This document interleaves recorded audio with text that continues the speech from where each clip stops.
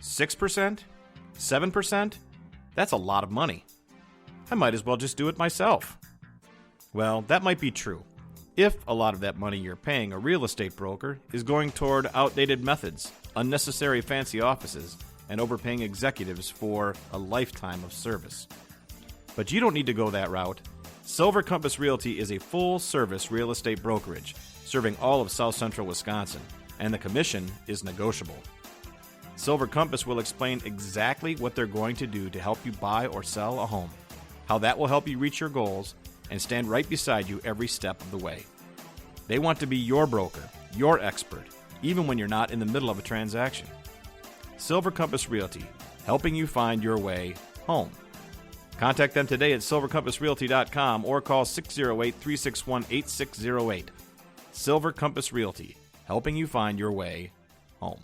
Burger House 41 is open at 1860 West Mason in Green Bay. You're invited to indulge in one of life's simplest pleasures, a great burger. We're grilling up 15 fresh signature burgers and have over 30 craft beers for the perfect pairing. Experience Wisconsin's best flavors, including white cheddar cheese curds, a variety of specialty sandwiches, milkshakes, and gourmet frozen custard. Burger House 41 at 1860 West Mason is open at 11 a.m. daily. Taste Wisconsin. Taste amazing.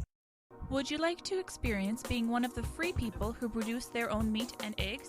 PurelyPoultry.com has both the chickens and supplies you need to raise your own poultry. Would you like pets who produce eggs you can barter with? Your own source of clean meat? A swan on your pond to make your home strikingly beautiful? How about some pheasants and quail roaming in your woods for enjoyment? If so, check out PurelyPoultry.com. Welcome back to the Free People Show, episode 21. You're listening to us at freepeopleshow.com, possibly on our host platform Spreaker, and watching us on Facebook. We've had a little bit of a personnel shuffle during the break. Unfortunately, Patrick's dog got sick, and they either have or are in the process of putting her down. So it really put a damper on the whole mood here just in the last couple of minutes. And Miles is giving him a ride over to the vet ER so he can meet his partner over there and they can deal what they have to deal with. But it does allow us to cover a more recent topic, which is a lot of controversy that's been going on in the Libertarian Party over the last, 10 days or so, involving the vice chair of the Libertarian National Committee, Arvin Vorha, who made a post basically calling out people who have served in the military as being accessories to murder. Very strong words, very controversial, very insulting to quite a number of people. And thankfully, given all this chaos here at the Free People Show, Ron DePaul, our business manager, is here. And also, as you know from a previous show, recently served as a recruiter in the United States Army. And I don't know if actually Ron's been so busy with the new baby that I don't know if you had a chance to really pay attention to what's been going on up there. But when I first told him about it as he was coming into the room before the show, he was pretty shocked. And I've been kind of restraining myself a little bit and responding. I made a public post about how it's not wise as a leader of a political party to call people out like that or to characterize people like that, to demonize people like that, because it's not productive, number one. But number two, quite a number of people, including myself and Patrick and Ron, lots of members of my family, people that we know, and lots of libertarians have served in the military and are on the way to coming to grips with what we were involved in, why we were involved in it. And I don't want to use the word recovering because it's not really like that, I don't think. But, it's not easy when you see the truth of things later to reconcile what you've done before. I imagine that people who have had abortions, or women who've had abortions, who later come to believe that was wrong, that's not too dissimilar, or people that have lived certain lifestyles and come back from those destructive lifestyles, maybe being a burden on their parents or being a burden on their family or whatever. Or parents who've gone through hard times and it's been reflected in how their children grew up and what sort of environment they grew up in and what sort of example they set. All of these things are examples of when people who are fallen, who struggle, who maybe don't make the best choices or don't understand their choices at the time, later faced with this, sort of a judging rhetoric where, you ruined my life, you killed this baby, you participated in this, that, or the other thing. As Arvin rightly points out in later posts, even he admitted to being guilty of those sorts of things as well. But it was really telling, I think, the response that really sort of separated people in terms of not just their beliefs about, I think libertarians generally agree that the military is a terrible organization, that it's constitutionally called for in certain ways, but it's obviously way out of control and has been for a long time. But the characterization of people that were involved in it is way, way out of line, and a lot of people called him on that, and I agree. It was way over the line because it was just preachy and unnecessarily so. Because the people that are libertarians now, the people that were part of his audience, the people that follow Arvin, who are libertarians, know exactly and feel profoundly, if they've been involved in that, know what that feels like and what they were involved in and what it was like to be on the inside. And so there's no need to call people out like that. There's no need to demonize people like that. Everyone comes to the truth about whatever it might be, the nature of human beings, of liberty, of families, of what life is and what it isn't. All of these sorts of things, it takes time. A lot of us have been indoctrinated. Part of the previous topic was talking about how higher education indoctrinates us into believing certain things about truth or not truth, whether we should value our society as it is or not. But all of us, to a certain extent, are pursuing the truth as libertarians. We have certain standards, certain principles that we adhere to, and some people accept them more absolutely than others, and some people also express those beliefs more in black and white terms and more judgmental terms than others. And in terms of somebody who has a leadership position in a party, and I can speak to that as the chair of the Libertarian Party of Wisconsin. I represent the party. To some people, I represent the liberty movement and libertarianism. To some people, I represent radical libertarianism because I'm a part of that caucus, and proudly so. But we need to understand that we're dealing with human beings here who are still coming to the truth, who still have things in their past that they're not proud of, who we're still trying to reach and bring with us, not only for the benefit of the party, but for their benefit, for their children's benefit, for the benefit of everybody on earth, to make a freer, happier, more productive society.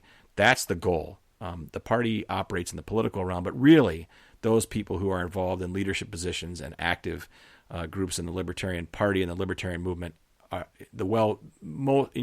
generally well-meaning, trying to make a better world, not necessarily a better political system. That's part of it. A better economy, a better neighborhood, safer, whatever. But what we're all trying to do, and I guess I shouldn't say we're all because I can only speak for myself, is to make a world where everybody's happier, everyone's freer, everyone's more productive. And the way you do that is by leading people and not demonizing them. Wouldn't you agree, Ron? I would agree. And I would say, his remarks, I had a chance to kind of look him over and see what he talked about. And I would definitely say it's very alienating. Mm-hmm. I myself, as a veteran, it took me 2 to 3 years to fully understand and grasp, libertarianism and what the military-industrial complex is and all this kind of stuff. So to come out so blatantly like that, to just suggest that all military veterans, whether it's true or not, are accessories to murder, you have alienated a huge populace of people, especially military vets who are very open to libertarian candidates such as Gary Johnson, who actually considered him for the last election. So yeah, I think to your point, the alienating, when a person on one side of it hears alienating, they're sort of like, they can devalue that idea into something that's just about growing the party. Now, we do want to grow the party, but alienating in the sense where they think libertarians are a-holes, right? Yeah. And you can't, if we're really libertarians and involved in the movement and the party because we really want a better world, pushing people away is counterproductive to what what I think is the goal. It's not our goal to just, be right about everything. That's not hard to do. You can sit in a corner and spout off libertarian principles and look at everything and everybody around you and say, it's all statist, it's all pragmatic, it's all whatever, all day. That's not hard to do if you're not trying to build anything with that. It's easy. You're self-satisfied in that sense.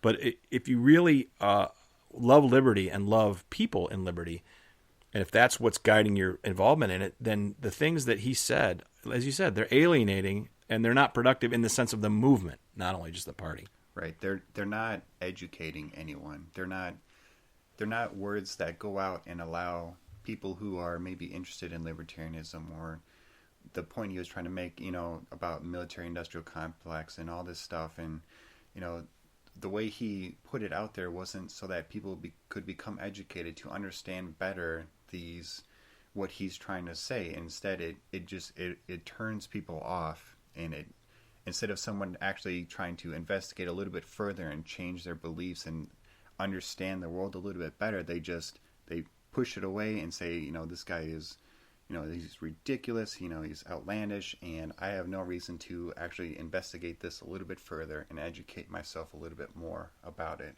Yeah, we already work under the handicap of people thinking that we're extreme when we're not. Mm-hmm. Libertarianism, and to use the proper historical term, classical liberalism, is basically the way that people live together when they're free to do so. The arrangements that they have economically, socially, etc., to live in freedom and let other people live in freedom. This is a very basic to human nature, very historically, accurate. But right now, what the system that we live in, the two-party system, where both of the big parties are very coercive and have corrupted any idea of people living truly free. People see us as something completely different and extreme. That they dare try to put us on the far right, usually sometimes on the far left, but rarely in the middle, where we really are. We're actually above the right-left continuum.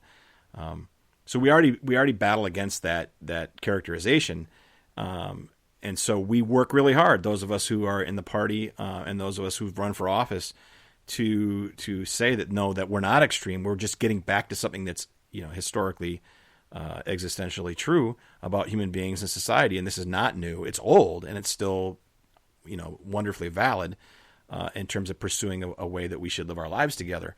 And this certainly doesn't help, because right. I think, as you said, there are a lot of people in the military who supported Gary Johnson. He polled very well among military personnel. And, Gary wasn't the most radical candidate, the most fundamentally sound candidate. Obviously, he said that he would make the baker bake the cake, and then he doubled down on that, which is not, I'm telling you, it's just not libertarian.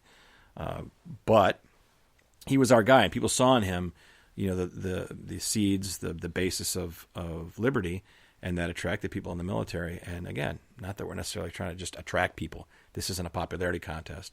But if we're in it to help people and to help a better society, then we need to tell them in a way that they'll listen. And that's acknowledging human nature.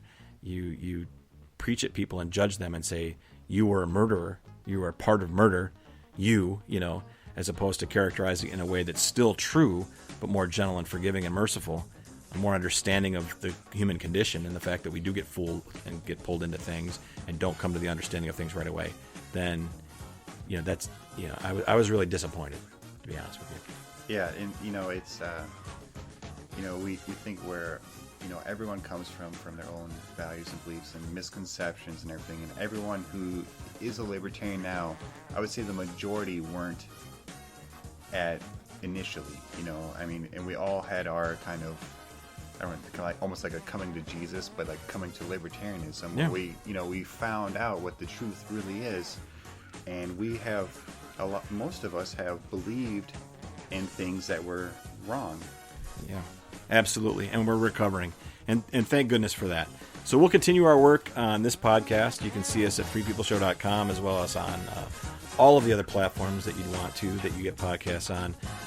This is it for tonight. Hopefully everything works out with Patrick and his dog.